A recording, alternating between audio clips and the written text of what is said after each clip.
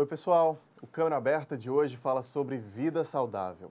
Todo mundo ouve falar que ter uma alimentação equilibrada e fazer exercícios físicos são hábitos que precisam se tornar rotina nas nossas vidas. Mas, na correria do dia a dia, acabamos deixando de lado o compromisso que deveríamos ter com a nossa saúde. Por isso, preparamos um programa especial com orientações e esclarecimentos de mitos e verdades sobre o assunto. Quem tira nossas dúvidas é o educador físico Álamo Macedo e a nutricionista Camila Bonifácio. O Câmara Aberta está no ar.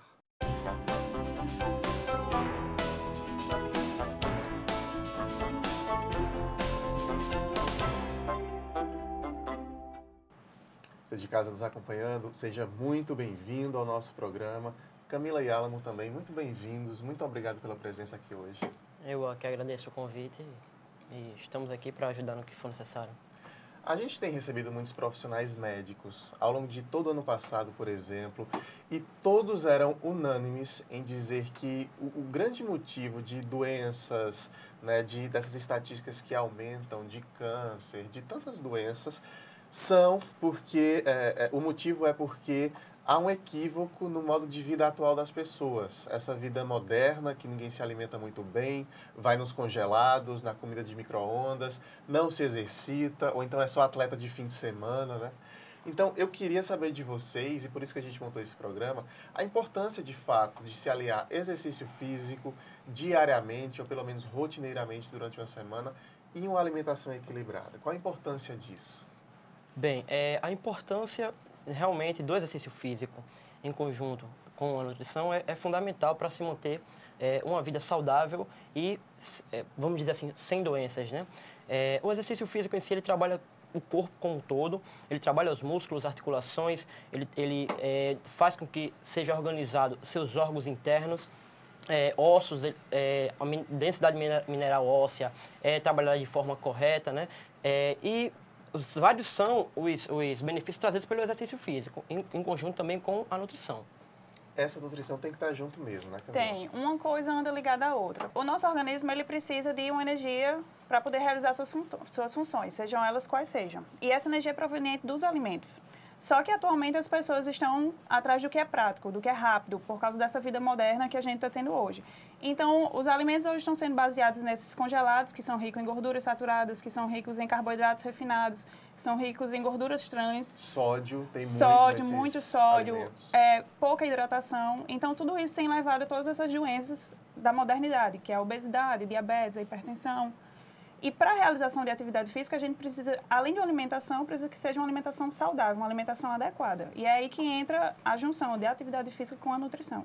A alimentação tradicional do brasileiro, Camila, para quem ainda mantém na hora do almoço o prato com feijão, arroz, um bife e saladas, é uma alimentação boa? O Brasil tem essa cultura boa para quem ainda mantém esses hábitos? Não, essa base alimentar é uma base adequada. O feijão e o arroz, como se diz, foram feitos um para o outro, porque cada um tem um aminoácido diferente que completa um ao outro. Mas, infelizmente, a base da alimentação do brasileiro não é só o feijão com arroz. Aí que entra todos os outros problemas, os outros alimentos deficientes. Mas o feijão com arroz, os tubérculos, inhame, batata doce, macaxeira, cuscuz, todos eles estão adequados. São ótimas opções, se souber adequar. Alimentações dos nossos avós, dos nossos pais, a gente tem que trazer de volta. Tem que trazer de volta. Álamo, para a gente começar desvendando o exercício físico, a gente escuta falar em aeróbico e anaeróbico. Que diferenças tem aí? Bem, o foco principal do anaeróbico e do aeróbico vale ressaltar no momento a questão do substrato energético que é utilizado para o exercício físico. Na musculatura da gente, a gente anda, a gente se locomove, pratica exercício, há um gasto energético, assim como falou Camila. Esse gasto energético é proveniente do ATP. O ATP que vem da glicose, aquela glicose que a gente consome, aquele açúcar, né, no sangue. Então, só que nosso corpo, ele tem uma quantidade dentro da musculatura de ATP não muito alta. Só que, a partir do momento, em 5 a 10 segundos, esse ATP é utilizado para que gere a contração muscular. A partir de 10 segundos em diante, esse ATP não é o suficiente, então aí é que entra a glicose. O corpo começa a degradar a glicose para que... Durante o exercício físico. Isso durante o exercício físico. Degradar a glicose e fazer com que eleve as altas taxas de ATP para a contração muscular novamente. Então, a diferença entre um e outro seria a utilização de Do oxigênio pelo aeróbico. Isso. O que são, para a gente exemplificar, que tipos de exercícios são, por exemplo, aeróbicos? Vamos lá, o exercício aeróbico é o quê? O maratonista, ele mantém aquela frequência cardíaca, né, constante, vamos dizer, 65% da frequência cardíaca, e ele consome constantemente o oxigênio para gerar esse ATP para contração muscular. Diferente do levantador de peso, diferente daquela pessoa que pratica musculação, diferente daquele que pratica 50 metros no tiro rápido no atletismo. Então, esse mais curto utiliza o sistema anaeróbico. A gente está vendo imagens ali de acho que é de zumba ali, né? Uma dança que está tomando conta aí das academias. É um exercício aeróbico isso? Isso, ele é predominantemente aeróbico, até porque todo e qualquer exercício ele inicia anaeróbico. Mas aí ele, no caso, é aeróbico porque o oxigênio aí é fator principal para manter essa demanda de oxigênio para a realização da contração muscular. Tudo para se realizar os exercícios que a gente está vendo aí. E pegando esse gancho do aeróbico, e aí envolver os dois na discussão, a gente escuta muito falar a história do AEJ, aeróbico em jejum.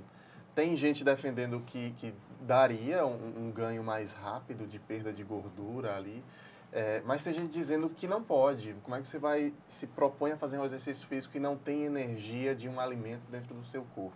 Qual a conclusão de vocês? Dizem que você perde realmente sim, gordura com treinos intensos, né? E não com treinamentos de 65% da frequência cardíaca e, além do mais, em jejum. Até porque tem pessoas que utilizam, para não perder massa muscular, utilização de aminoácidos, proteínas, para que não perca essas proteínas na hora que for realizar o exercício.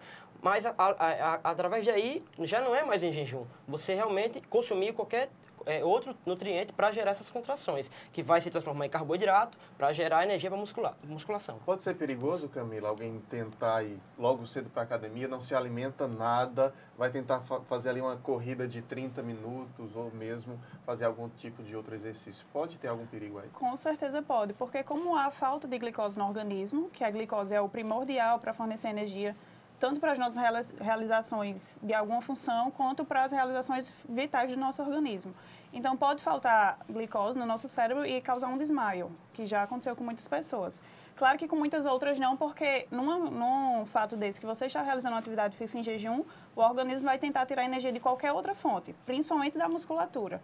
Então, é uma forma que o corpo vai tentar de não desmaiar, digamos assim. Mas algumas pessoas chegam a sofrer esse desmaio com a falta de substrato energético. Entendido. Eu vou pedir aí para a diretora soltar uma foto que compara 2 quilos de gordura a 2 quilos de músculo, para a gente poder explicar uma coisa que as pessoas confundem muito. Às vezes não veem ali a foto, ó, o tamanho do que seria 2 quilos de gordura, tem até uma caneta para comparar o tamanho, e ao lado a mesma quantidade, só que em músculo, é uma quantidade de extensão bem menor. As pessoas confundem muito porque tem a balança, muitas vezes, como a única referência. E aí passa-se meses, por exemplo, na academia, e na balança está a mesma coisa. Mas aí elas estão se sentindo mais magras, a roupa não está caindo já, enfim. E não entende essa relação. Eu queria que vocês explicassem para a gente o que é que muda mesmo. Então, é aí que as pessoas deveriam entender a importância da avaliação física. Porque a maioria delas entende que o único parâmetro de avaliação física é a balança. E estão sempre se pesando assim que acorda e assim que vai dormir. Estão sempre tendo como referência aquele número. Só que o que elas têm que entender é o quê? Que quando a gente está fazendo algum tipo de atividade física, o ideal é que se perca gordura e que se ganhe músculo, que se ganhe massa magra. E como dá para ver na foto, a quantidade de gordura ela ocupa muito mais espaço. Então, no momento que você perde 2 kg de gordura e chega a ganhar 2 kg de massa magra, aparentemente você está de uma forma mais magra, porque a gordura consegue ocupar muito mais espaço do que o músculo. Mas não significa que você não está bem, que você não está saudável. Você está com qualidade muito melhor. Porque se você ganha músculo e você perde gordura, sua qualidade é muito superior. Vou pedir à produção para pegar o adipômetro para a Camila explicar para a gente como é que se faz uma avaliação melhor dessa composição corporal. Esse instrumento que vocês usam serve para quê, Camila? Então, esse aqui é para a gente ver o percentual de gordura do paciente. Existem vários protocolos que a gente utiliza esse adipômetro, protocolo de 3 dobras, de 4, de 5. Eu, particularmente, uso das 7 dobras. Então, a gente verifica 7 dobras do paciente, faz a soma total e coloca em uma fórmula. E lá dá aquele percentual. Claro que é só uma estimativa, né? Porque cada protocolo ele sempre dá um percentual diferente. Cada um adota a sua como uma forma de evolução, de verificar a evolução daquele paciente. Mas aí a gente coloca, e aí a gente tem como ver o acompanhamento, ver o que é que o paciente perdeu de gordura, o que é que ele ganhou de massa magra. E aí ele entende que muitas vezes o peso na balança não mudar é muito melhor do que está caindo, do que está aumentando. Porque às vezes é uma troca que está acontecendo, entendeu? Diminuindo gordura e ganhando músculo. Há porcentagens consideradas saudáveis dessa composição? Existe. Desse protocolo, pelo menos das 7 dobras, o máximo permitido para mulheres, pelo menos, é de 28%. O ideal é que seja bem abaixo disso, mas o máximo, assim, ideal seria 28%. E de homem até 24%. Ainda para a gente esclarecer essa coisa da composição.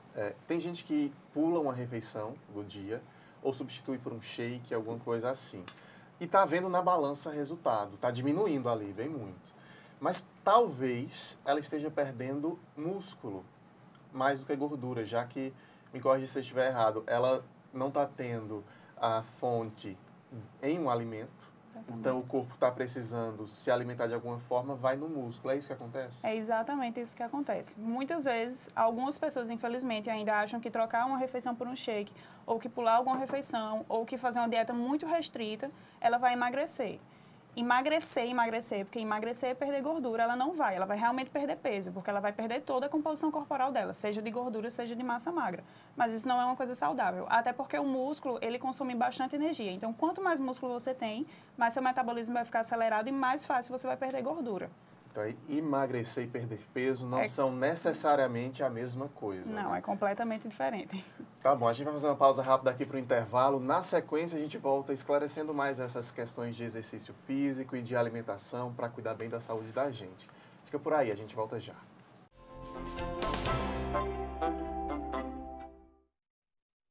Leis curiosas pelo mundo.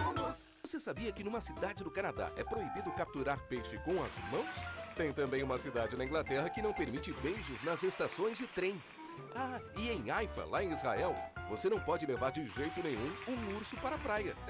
Existem leis que você não conhece, mas as de João Pessoa você pode conhecer. Acesse o site da Câmara Municipal e veja todas as leis municipais e os projetos que estão em tramitação na Câmara. Transparência é cidadania e a gente leva isso a sério. Você fica constrangido quando encontra uma pessoa com deficiência? Então, está na hora de mudar. Deficiência não é doença e essas dicas são para você. Ao conversar com o cadeirante, procure sentar-se. Assim, vocês mantêm a mesma linha do olhar. Para ajudá-lo a subir um degrau, segure a cadeira com firmeza e incline para trás, levantando as rodinhas da frente. Para descer, faça a manobra de marcha ré, sempre apoiando para evitar solavancos. Mas nunca movimente a cadeira sem antes pedir permissão ao cadeirante. E em nenhuma hipótese, nem por um segundo, estacione na vaga reservada a pessoas com deficiência ou ao lado de guias rebaixadas. Você gostaria que construíssem um muro na porta da sua garagem? Pois é, quando você estaciona em lugares reservados, está impedindo que o deficiente físico se locomova. Cidadania é saber conviver com as diferenças.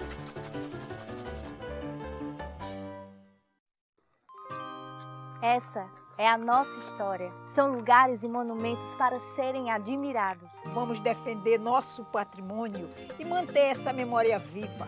Essa é a nossa cidade. São praias e espaços verdes para curtir a natureza. Com a Câmara Municipal, vamos cuidar e preservar nossas belas paisagens. Se João Pessoa é o seu lugar, junte-se a nós. E vamos espalhar cuidados por aí. João Pessoa é o nosso lugar e a gente cuida.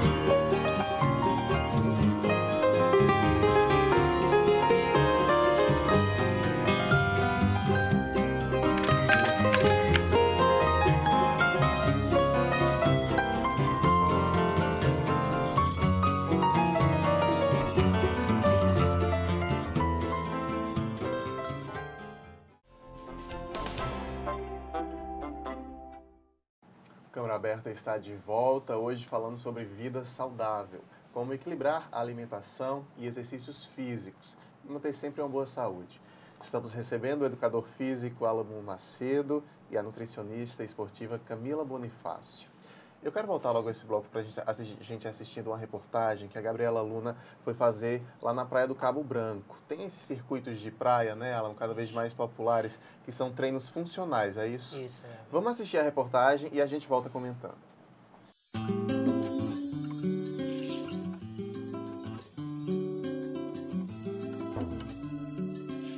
Circuito, uma nova modalidade de treino aeróbico ideal para adquirir resistência e melhorar o condicionamento físico, vem conquistando cada vez mais adeptos na nossa cidade. E a Praia do Cabo Branco virou o cenário ideal para esta atividade. Tem algum perfil de quem procura o circuito na praia? Tem, principalmente os adultos acima de 30 anos e principalmente as mulheres. Elas estão mais preocupadas com o fator estético, do condicionamento físico, mais do que os homens. Isso é bem visível. Eu vi vários resultados treinando aqui no circuito e você fazer num ambiente fechado, numa academia, não tem como se comparar de você fazer aqui.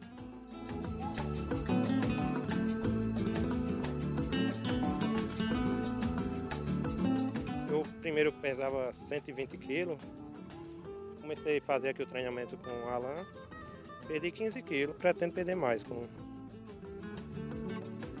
Todo dia de 6 horas da manhã estou aqui, nesse ponto, nesse mesmo local, caminhando, fazendo circuito com o pessoal aqui. Então, exatamente há um ano atrás eu resolvi trazer para o Cabo Branco para poder dar mais alguma alternativa para os moradores da cidade, do bairro. Bom, além do visual que vocês já podem ver e muita gente já falou, tem um treinamento diferenciado, que é o treinamento na areia. Tem a atenção dos professores, que já é uma qualidade acima, que a gente está acostumado a ver em âmbito de academia. Muitas academias não treinam assim, com o professor prestando atenção mesmo em você, o professor ali em cima, ali orientando, ali passando, tá errado, tá certo. Todos que procuram, eles procuram mais por a questão do ambiente, do alto astral, do clima, do sol, do vento. E aqui ele se sente mais liberto. Além de exercer atividade física, de promover a saúde dele, de trabalhar em cima da prevenção do condicionamento físico, ele se sente bastante tranquilo por causa desse clima que é bastante agradável. Aqui é meu escritório, então é muito gratificante e muito bom poder estar trabalhando e promovendo saúde para as pessoas.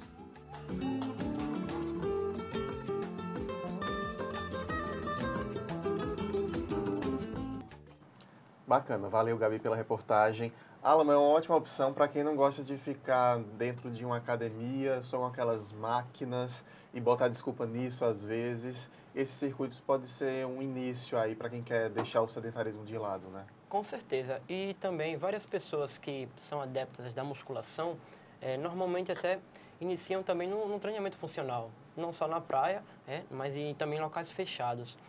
E o foco principal das pessoas que vão treinar na praia, como bem disse o professor, o ambiente contribui, sabe? O treinamento diferente, diversificado contribui, os movimentos diferentes, mais gerais, porque na musculação a gente vê um treinamento específico, vai treinar o bíceps, vai treinar quadríceps. Lá é diferente, a gente treina em conjunto, treina junto. E além do mais, eles treinam aqueles movimentos que as pessoas fazem diariamente. Não é? As pessoas se preparam para a vida. Por isso também que tem muitos adeptos, né, com a idade mais avançada, como bem falou o professor. Camila, tem que ter preocupação com o que vai comer antes ou durante, pode também ou se hidratar ou ingerir alguma coisa e depois de treinamentos como esse que a gente viu na praia? Com certeza, não só treinamentos como esse, mas qualquer tipo de atividade física, a gente tem que se preocupar com a refeição que será feita antes e com a refeição que será feita depois. Durante, o interessante é apenas hidratação, dependendo da atividade física, porque algumas modalidades que durem mais tempo, ou dependendo do objetivo, também é adequado a algum tipo de suplementação. Mas o mais importante é a refeição pré e pós-treino, porque é ela que vai oferecer energia, ela que vai ofertar energia para a realização daquela atividade, e a alimentação feita após é ela que vai suprir, que vai repor tudo que foi gasto durante a atividade física. Tem alimentos mais indicados? Claro que você não tem como dizer, cada um tem uma dieta, cada um tem um organismo, mas tem alimentos mais indicados? Antes, uma fruta antes de malhar, por exemplo, e um carboidrato mais pesado depois? Olha, eu costumo dizer que tanto a refeição pré quanto a refeição pós, elas são basicamente compostas da mesma coisa. Todas elas têm que ter um carboidrato, porque o carboidrato é o macronutriente primordial que vai ofertar energia. Então, um carboidrato, digamos, um carboidrato de alta qualidade, que são aqueles de índice glicêmico baixo, que tem uma absorção mais lenta. Quais são eles? Cita uns, para a gente entender. Inhame, macaxeira, batata doce, que são os meus queridinhos. Os alimentos integrais, pães integrais, arroz integrais, macarrão integral. E tem a proteína, que a proteína é primordial tanto antes quanto depois, porque ela é responsável pela reconstrução da musculatura, principalmente após a atividade física, que aí são carnes, peixes, ovos, leite, derivados, que aí também entra a suplementação, e ter uma oferta de gorduras boas, que muitas pessoas condenam a gordura, mas a gordura é super importante numa dieta. Onde tem gordura boa? Em que alimentos? No abacate, nas oleaginosas, são elas castanhas, avelã, nozes, castanha do Pará, amendoim, no azeite, no coco, todas elas são ricas em gorduras boas. E esses suplementos, Camila, antes da gente gravar, eu te perguntava, porque todo mundo ultimamente tem recorrido, o whey é muito famoso, né? Dextrose ou destrose, não sei como se fala. Enfim, tem uma variedade de suplementos. Muita gente vai, compra sem a orientação do nutricionista, porque a venda é liberada. Eles são fundamentais ou eles são necessários em que ocasiões? Fundamentais, eu diria que eles são em poucas situações. Eu diria que mais em atletas profissionais. Assim, praticantes de musculação, de atividades que não exijam tanto do tempo deles, eu diria que a alimentação consegue suprir, com certeza. Mas aí os suplementos são ideais. Nesses casos, assim, que a alimentação supre, eu gosto de utilizar a suplementação quando eles não têm tempo de fazer uma alimentação. Porque a suplementação entra como também uma opção que seja mais prática, digamos assim. Mas o whey, por exemplo, que é um suplemento que está muito na moda e que estão utilizando de uma forma que estão até substituindo a alimentação por essa suplementação. Isso não é legal. Isso não é legal. O alimento sempre vai ser bem melhor absorvido, sempre vai ter uma melhor digestibilidade do que um suplemento. Mas, em casos que a pessoa não tenha como se alimentar, por exemplo, após um treino, digamos que a pessoa termina de realizar aquela atividade física e não vai para casa, vai para um outro lugar, o suplemento é ideal nesse momento, entendeu? Ou em lanches também, porque são dos 3 macronutrientes, carboidrato, lipídio e proteína. A proteína é o único que ele não se acumula. É um macronutriente que você tem que estar comendo em cada refeição. Então, às vezes, no lanche, a pessoa não tem como se alimentar de alguma fonte de proteína e aí a suplementação é ideal, é adequada. Entendido. Eu vou pedir para a diretora soltar mais umas imagens de Zumba para tirar uma dúvida que vem da nossa diretora, editora de jornalismo Mafalda, que é o seguinte, Álamo, muita gente faz em casa exercícios, né? Tem canais de TV para isso, e sai acompanhando essas coreografias, essa coisa toda. É bacana ou tem que ter uns cuidados para não dar errado, sem a orientação do profissional? Bem, bacana mas essa orientação é fundamental. Por quê? As pessoas que procuram ver justamente esses vídeos e procuram seguir esses vídeos, aí nesses vídeos há diferentes intensidades, entendeu? Então as pessoas que não estão preparadas para uma intensidade muito além do que elas suportam, elas podem ter algum problema de saúde devido a essa má realização. Então é interessante que essa pessoa procure realmente um profissional, né? Para que possa seguir algumas diretrizes, né? Possa também antes consultar um médico, né? Para saber se pode realizar essas atividades, mesmo sendo em casa. Agora, realizar exercício físico, praticar exercício físico é importante para toda e qualquer pessoa, desde que seja realizado por um profissional de educação física, né? E antes passe por uma avaliação médica e também nutricional. Muita gente tem esteira e bicicleta em casa, né? Eu acho que são os 2 mais comuns. É interessante, então, ouvir o médico e ter uma orientação de um personal ou de um educador físico, ainda que ele dê uma orientação e a pessoa fique mantendo ali em casa uma certa rotina e que ele vigie ou esteja ali por perto de vez em quando para ver se está certo, é isso? Com certeza. Eu aconselho nunca realmente começar uma atividade, mesmo que seja esteja em casa, sempre antes procurar um médico e ver se realmente pode realizar esse exercício físico. A gente tem 3 minutinhos só para terminar o programa. Deixa eu falar de hipertrofia, que as pessoas tanto buscam na academia. A definição primeiro, Alan, para a gente. Hipertrofia, ela é definida, no caso, pela secção transversa da musculatura, né?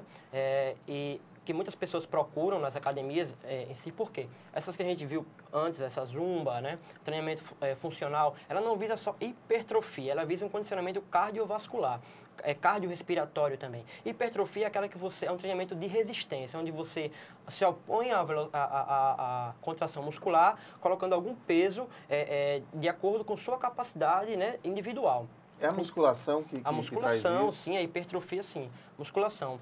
E a hipertrofia, como Camila bem disse, é de autoajuda para quem quer perder peso, e não só o treinamento aeróbico, porque através da musculatura, várias mitocôndrias vão agir e vai queimar mais gordura e você vai sentir bem durante toda a sua vida. Os músculos vão ficar mais fortes, né?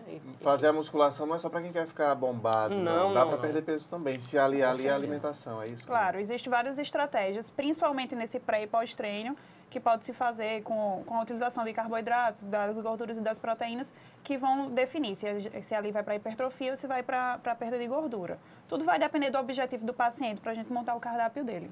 Álamo, erros principais. Tem gente que passa 2 horas e meia dentro de uma academia. Tem necessidade disso? Não, completamente não. Até porque pesquisas recentes afirmam que não é com volume que você tem benefícios, e sim com intensidade. Muitas pessoas vão para a academia, puxam ferro, fazem qualquer tipo de exercício, mas não tem intensidade. Então, aquilo ali pode estar sendo bom, mas não talvez para o objetivo que a pessoa queira, para hipertrofia, entendeu? Até porque, a partir de 1 hora, algumas pesquisas dizem que a partir de 1 hora, ao invés de se consumir o carboidrato e a gordura, a proteína, o aminoácido vai ser degradado para gerar energia para a contração muscular, o que não se é aceito, não se quer. E durante esse exercício, ficar atento à postura, à carga que a pessoa consegue, de fato, levantar e fazer o exercício, e a intervalos, não é isso? Com certeza, não é o volume que define, sim as variáveis, né, que justamente como você citou, a postura, a cadência do movimento, o descanso entre as séries, as repetições, tudo isso um profissional de educação física acompanha,